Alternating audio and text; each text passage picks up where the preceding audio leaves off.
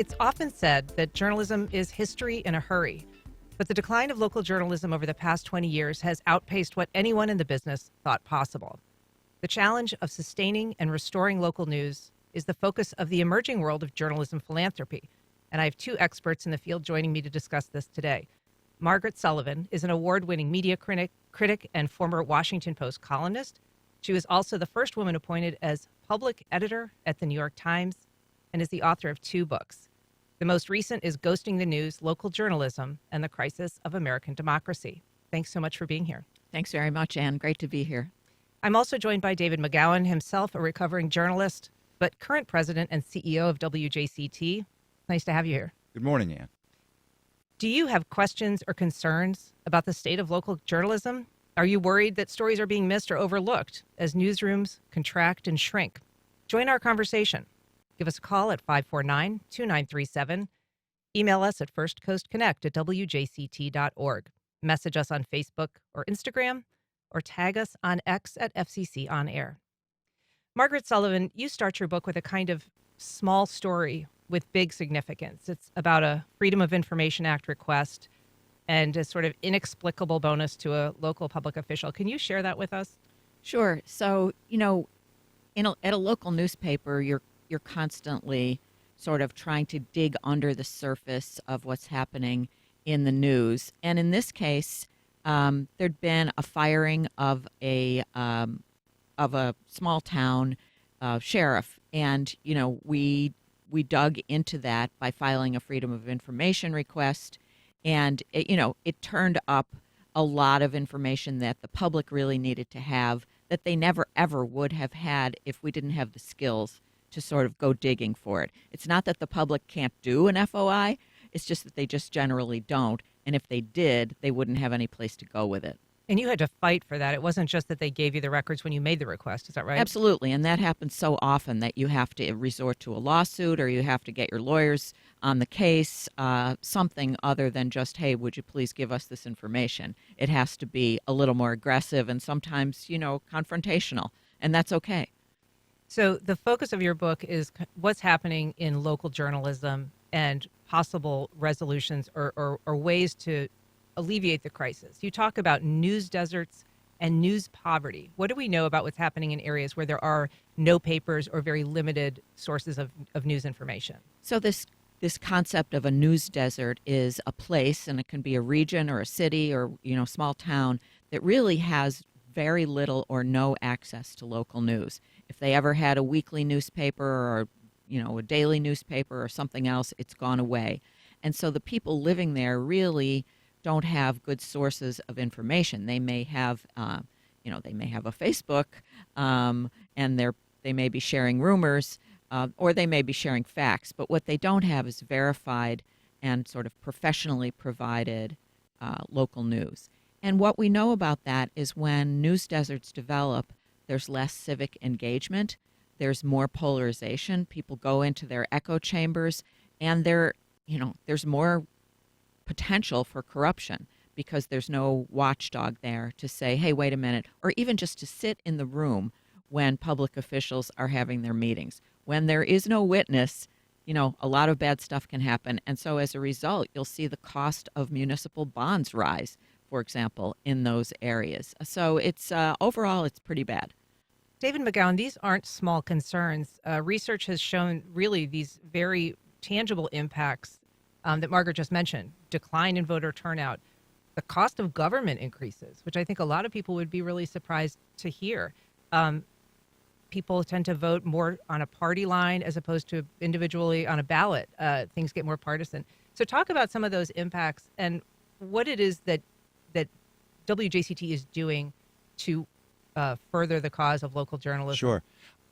I'd like to start out by just talking about this concept of news deserts and what I've come to call the news scrublands, which are really places where we still have a local newspaper, but Margaret, I'm not sure if you coined this term, the ghost newspapers, really, where there's so much less local reporting than there used to be.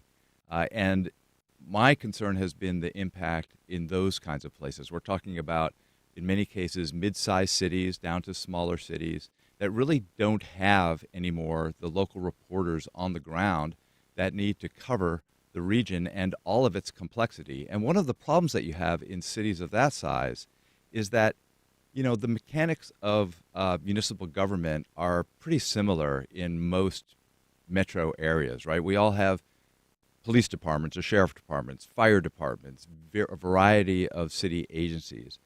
But because the scale of our local news coverage is often related to the size of the city, once you get below kind of cities in the top 20 markets in the United States, you really find that today, for a whole variety of reasons, which we can talk about, you just don't have adequate numbers of reporters able to provide the kind of watchdog coverage that Margaret just referred to.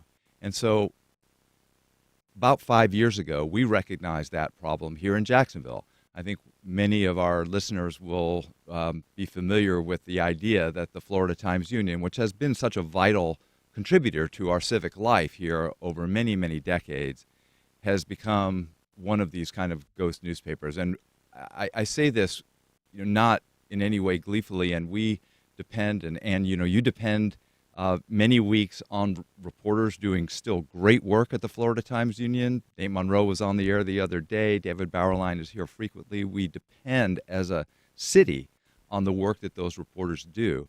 But the fact is that newsroom is well reduced and can no longer, by its own admission, cover many of the beats, whether that's education or environment and resilience that they used to and that we need covered. So about 5 years ago, we here began the work of responding to that crisis in local news right here in Jacksonville by beginning to develop the resources and expand the resources and committing really the organization to playing a more vital role in our local news ecosystem. And that's Jacksonville Today. Is that in a nutshell kind of where that Well, is taking place? So there are two things that we did. One of those things is commit more resources to this radio station. So again, we introduced in 2020 local newscasts throughout the day. The local newscast that you just heard on the air a few minutes ago, we used to do those only in drive time. Now we do them throughout the day. We committed more resources to this program, to First Coast Connect, and we added about 14 hours weekly of new news radio programming to this radio station. But the largest and most visible thing that we've done is we committed ourselves to creating a brand new, digital-first, devotedly nonpartisan local news outlet called Jacksonville Today. We started about 2 years ago with a local daily newsletter.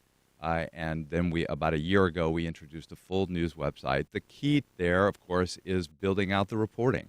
We've added reporters dedicated to that specific platform.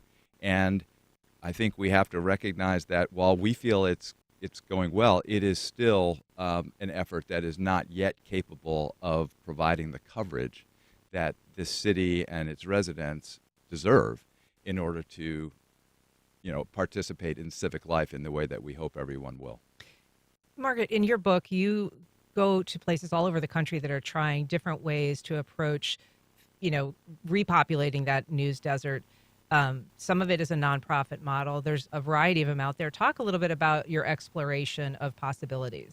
Well, the thing that I found out is that we have to kind of get over our idea that local newspapers are going to come back in all their glory. I mean, when I became editor of the Buffalo News, I inherited a newsroom of 200 people. And by the time I left, it was down to 145, and now it's well below 100, probably closer to 50. And as David says, you just can't do the work anymore. So I went looking for places that are, being innovative. And it's all kinds of things. I mean, there are digital-first newsrooms that are nonprofit. There are collaborations, like one in Pennsylvania called Spotlight PA, in which different news organizations participate in covering particularly state government, state house coverage, which has been really important and really lacking. So collaboration, philanthropy, digital-first outlook, the rise of public media, public TV and public radio in trying to fill this gap. So, I even found a place in East Lansing, Michigan, in which a woman who really wasn't a journalist but had a PhD in some unrelated subject, started up a news organization and basically trained retirees and I hope this isn't a pejorative, but housewives to go out and cover public meetings. And it's been, they've really turned up a lot of news. And one of the things that you find out is that when you don't have local news coverage, you don't know what you don't know. So there are stories there that East Lansing Information, as it's called, was able to turn up just because they went to these meetings that would have gone unreported. I remember just covering meetings in my own reporting. There was a particular environmental committee that nobody went to, but every time you went, it was an incredible story. And I was shocked at the kind of stories that woman's outlet was they were really consequential stories. Absolutely. And so I've been asked, well, could that be duplicated in every city? And the answer to that is kind of no, because she has a particular talent or point of view. And when I asked her that question, she said, well, there could be other people have different strengths. There could be a great videographer, for example, who would start up an organization that would emphasize that. So I think we're in a time when innovation is really important, awareness, and certainly the ability of and the willingness of philanthropists to pitch in and to say, this is really important right now, and we need to take care of it. I want to take a call. Mark from the South Side has a comment about local news on television. Good morning, Mark. Go ahead. You're on First Coast Connect. Hey, good morning. I just want to make a comment. We tune into some of the local news channels, and inevitably, whenever they start off with an international thing. What's going on with Israel and Hamas. Then they break into maybe a child that was abducted in New Mexico or a fire in California, not minimalizing those events or anything, but it doesn't have any kind of an impact on me here locally. And back in the old days, you turned on the local news first for a half hour, and they talked about local issues, and then at 6:30, the NBC nightly news came on, and that kind of thing. I guess my question is, isn't there a way that we, by choice, local news stations, WJCT, could have 30 minutes devoted to local issues? And I think if I tune into Channel 4, Channel 12, whatever it might be, and the first couple of stories I hear have absolutely nothing to me, I kind of tune it out. I'd rather listen to something local, whether it be politics or sports or, something positive happening in our community, rather than hearing what's happening up in Tacoma, Washington on a given day. Thank you, That Mark. was just my comment. Appreciate your call. Margaret, what do you think about that? Well, I think he's absolutely right. And, we have many sources of national news. Sometimes it feels like too many. And, everything from cable TV of various stripes to, all the big national newspapers. What we don't have is sufficient local news. So I think to the extent possible, local outlets and TV stations are a prime example of this, should be doing local news more. And what you find out is that, well, that takes people.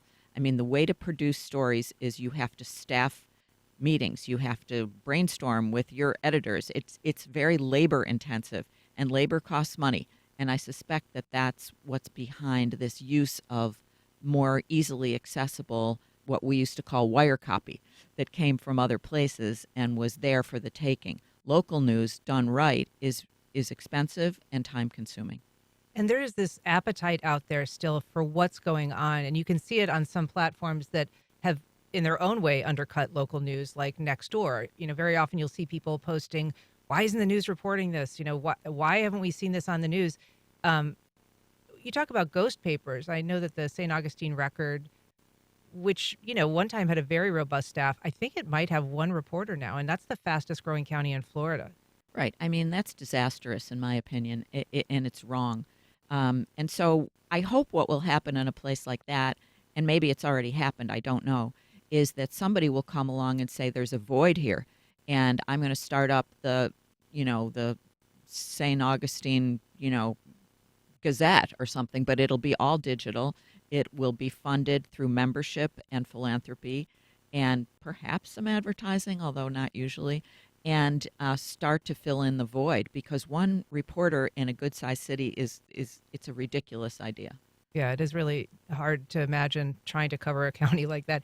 Why is philanthropy a good solution, David McGowan? Why does it fit that need that's there for covering local news? Well, I don't think philanthropy is the only solution, but I think it's a part of the equation. And I think one of the things that we are trying to do is to educate our region about the effects of not having adequate local news coverage. And I think when you start to think about what those effects are and you start to think about journalism as more of a social good than a business, you start to realize that philanthropy often plays a role in stepping into different situations where the private sector no longer has a business model to support an activity. And we can think about that in many different sectors. I mean, the most traditional sectors like our symphony, for example, depends partly on philanthropy. It also depends on ticket sales. But philanthropy helps provide a service, a social good to our community where a straight commercial model would not. And I think that's where we are in journalism. It's important to, I think, remember why this happened, right? All of our reading habits have changed. We all get our news to some degree on these little things we carry around with us all day. The business model that supported our local newspapers is, as Margaret has said, I think is irreparably broken. They're not coming back. Television, local television news, it was interesting the caller referred to that, faces different stresses on its business model, but also is not in a position really to invest meaningfully in providing more reporting on the ground. And so if we value that, if we decide as a community that that's important because it's helped inform voters, it helps with people, that attending public meetings, for example, is a good thing, that kind of accountability is important, then we have to think about how to provide the resources to do that. And we're trying here to build something sustainable. We feel we're on a very good path. We feel that's working. But philanthropy is a key part of that funding model, and I think it's going to be for some time. There's a lot of debate and conversation about this and the role of philanthropy going forward. Margaret is in town today to participate in a session organized by the Community Foundation of Northeast Florida, and we're very grateful to them for convening that session, really to talk about the importance of local news with our local philanthropy community who may not be aware of the problem. We've got a call, Mark on the west side. It sounds like he is aware of the problem. Good morning, Mark. You're on First Coast Connect. Oh, my God, I'm just screaming at you guys. Born and raised here in Jacksonville, 63 years ago. I remember when there was every radio station had news at the top and the bottom of the hour. And I miss those days. But one thing, and I would happily pay a subscription fee every month to get a lot of local news. But something just you don't think about is that, like the Jaguars right now, they're going these negotiations somewhere with somebody at some times that they're going to extract a billion plus dollars in taxpayer money. And you can there are two sides of this issue, good and bad. And is it good for the city? Is it not? But you don't know. There's nobody even talking about it. Nobody brings it up. It's more like just you're echoing in the wind. It's just everything you hear about it is like it's going on and it's proceeding, and the mayor's looking for a solution. But you don't hear about, well, there's possibly a bad side to this, and here's what's where all this money might lead us, and things like that. It's just it's just covered superficially, if not at all. It just drives me crazy. Mark, thanks so much for your comments. Margaret, your thoughts? So I think that's absolutely right, Mark. It's one thing to sit in a public meeting or to go out and cover an air show. It's another thing to dig under the surface with a skeptical point of view and say, is this a good, you represent the public interest, journalists should. And so to be asking the questions that you're asking, is this a good expenditure? How is it being spent? Is it being done properly? All those kinds of questions. And those require a kind of expertise that you're not going to get on Nextdoor, which may have its value, but you're not going to get sort of the ability to dig and to question and to, sustain it and to talk with the lawyer and make sure that the work is right. And I'd just like to make one other point, which is that local news is more trusted. And at a time when trust in the media is down, it's really important not to lose that. I saw a recent study that the Pew Research did about, trust in local media, and I thought it was interesting that they found that for the Black community in particular, that local news is more trusted than the national news, and that they really look to local news to tell the story of the Black community more fairly and more honestly.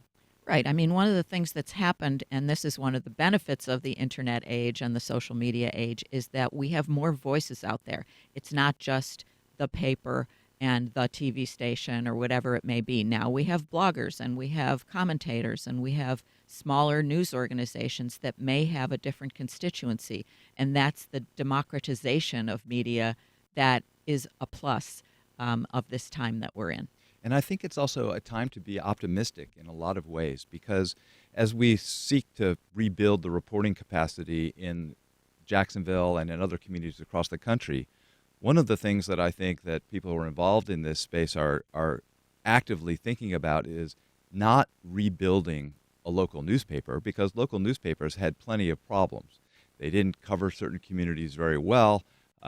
They were subject to a very top-down kind of model of what was deciding what was important to cover.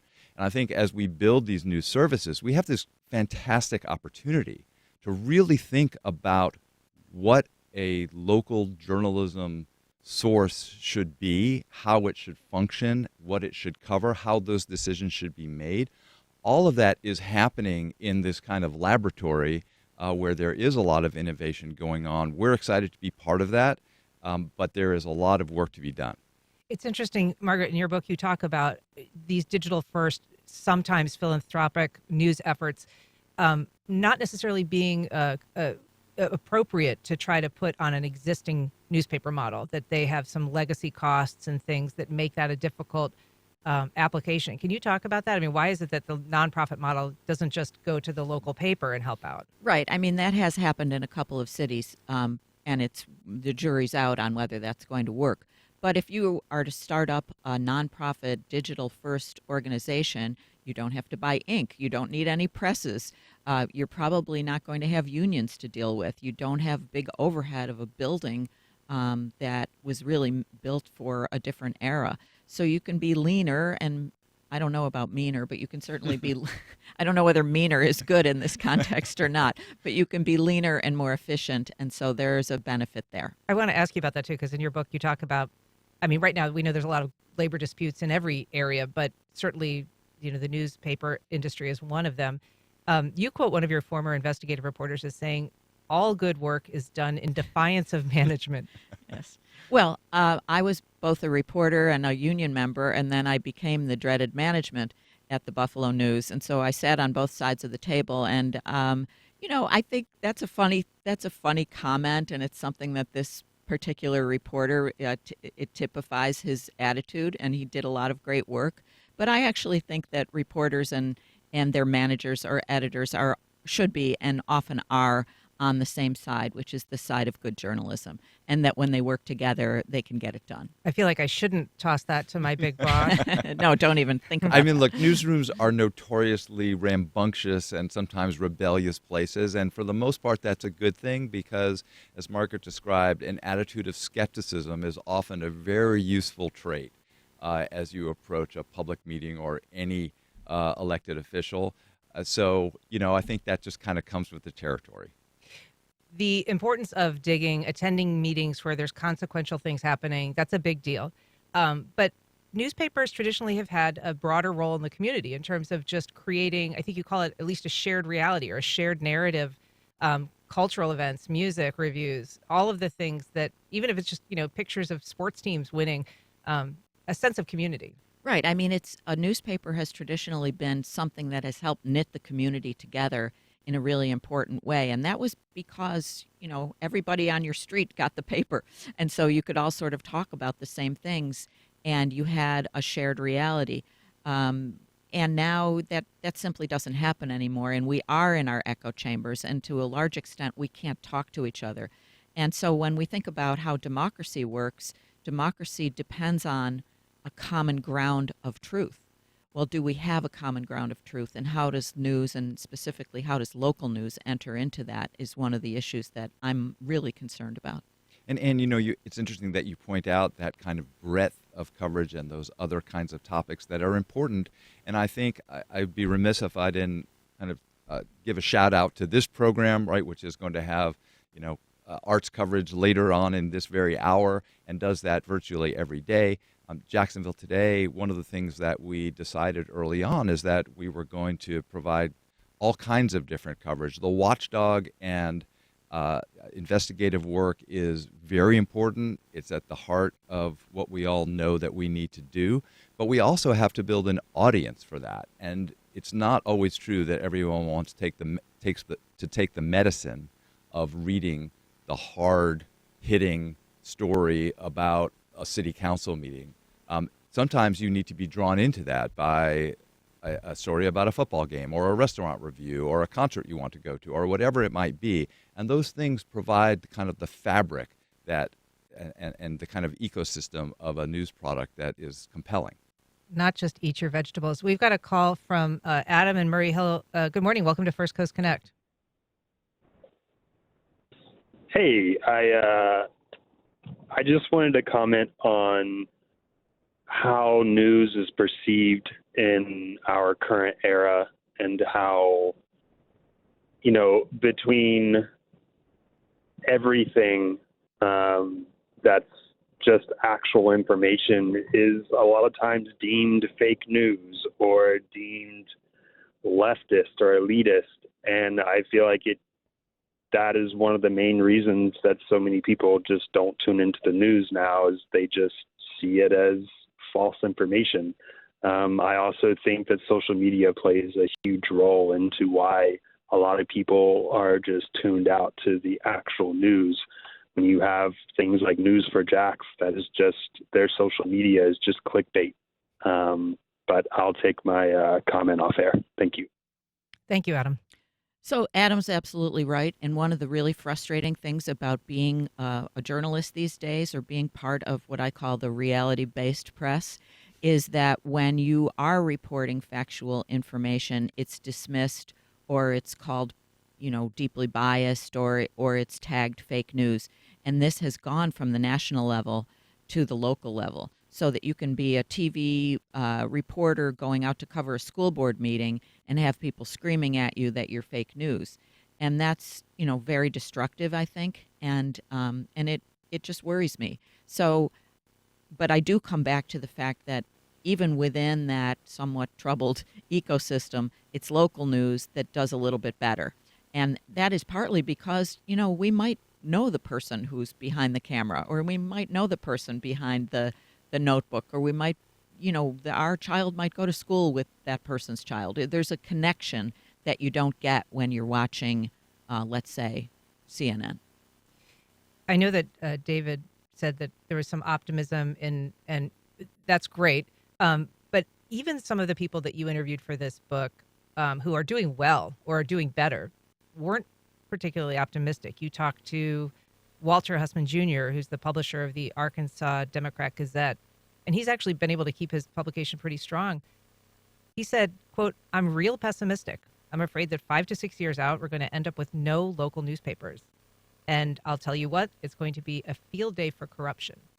Well, Walter is in the newspaper world, and he's not wrong about that. I mean, newspapers haven't disappeared, but they are definitely weakened.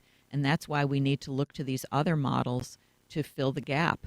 And it doesn't happen overnight, and we have to throw a lot of things up against the wall and see what sticks. But I think David said that he is optimistic. I would scale that back a little from my point of view and say that I'm hopeful. So I think there's a lot of good things happening. I'm hopeful, and I'm also worried. It's called Ghosting the News, Local Journalism and the Crisis of American Democracy. Margaret Sullivan, thank you so much for being with us today. Thanks so much for the great conversation. David McGowan, thank you for being here as well. Thank you.